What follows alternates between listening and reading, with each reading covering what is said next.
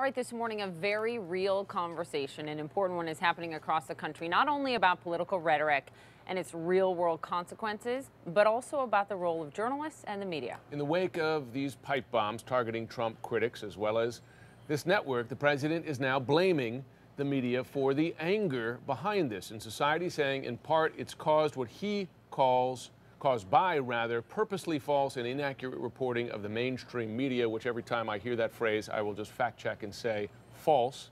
We report the news, and we do our best to every day. Here with us now is CNN business media correspondent and host of Reliable Sources, Brian Stelter. You know the blame conversation. First of all, the turn.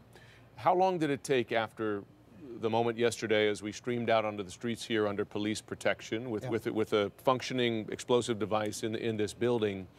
Did the conversation from the president and his supporters turn to, there goes the liberal media again? Yeah, they're actually playing the victim card, engaging in victimhood politics, saying that because people are talking about how Trump's rhetoric is a problem, that somehow he's being blamed for these bombs, and as a result, he's the victim of this. Look, it's nonsense. What I'm wondering, Jim and Poppy, is where's the president? Where's the president today? Because that guy on Twitter, that's a Fox News host. That guy railing against the media, that's a Fox News host. That's not the president. So, Brian, the president hasn't shown leadership in the last few hours. He did say some nice things yesterday, but then he turned around and railed against the media again. So, Brian, sorry to jump in, but we just have some sound from the White House that I want to get our viewers to this morning. Addressing exactly that. Our Abby Phillip was able to catch up with Sarah Sanders, the White House spokeswoman. So, what did she say? Yeah, Poppy. So we spoke to Sarah Sanders about that exact question today, specifically asking her about something the president said last night. He said that people should stop calling their political opponents morally deficient. As we know, President Trump has done exactly that, calling his political opponents evil. Here's what Sarah Sanders had to say about that.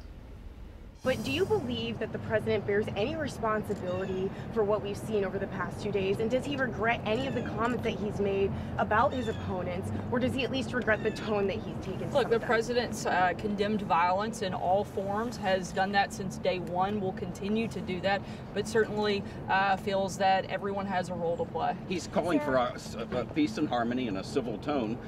Is he going to stop insulting his political opponents at his rallies? He called Maxine Waters low IQ. He's called Joe Biden someone pulled off a trash heap. He said Hillary Clinton is crooked Hillary. Is he going to stop insulting the people who received these bombs? Look, the president's going to continue to lay out the contrast between Democrats and Republicans. And if you'll let me finish, I'll answer it for you, but I'd like to finish my sentence. The president is going to continue to lay out the case and the differences between Democrats and Republicans. Americans have a choice to make, and he's going to lay that out, and you're going to see him do that over the next 12 days. Is he going to stop the insults, Sarah? Is he going to stop the insults? He said last night that people need to stop criticizing their opponents as morally deficient. A few weeks ago, he said the Democrats who opposed Kavanaugh were evil. Does he regret that statement? The president feels like we should call out despicable acts, which is exactly what he has done over the last 24 hours. The idea that the way to describe people in the political sphere. I'm sorry? Is evil an appropriate way to describe It's a word that people have used on sphere? your network a number of times, not only to describe the president, but many people that work in this administration.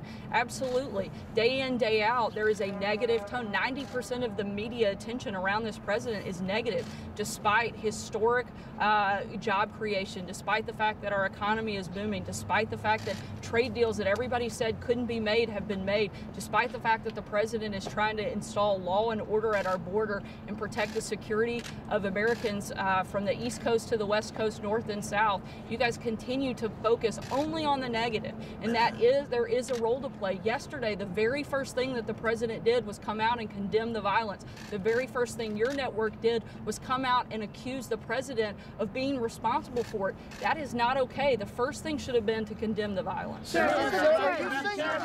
Okay. What the press secretary of the White House just said there is not true.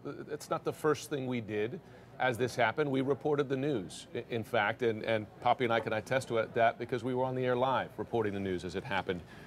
We're going to have a moment to digest a lot of charges coming from Sarah Sanders there.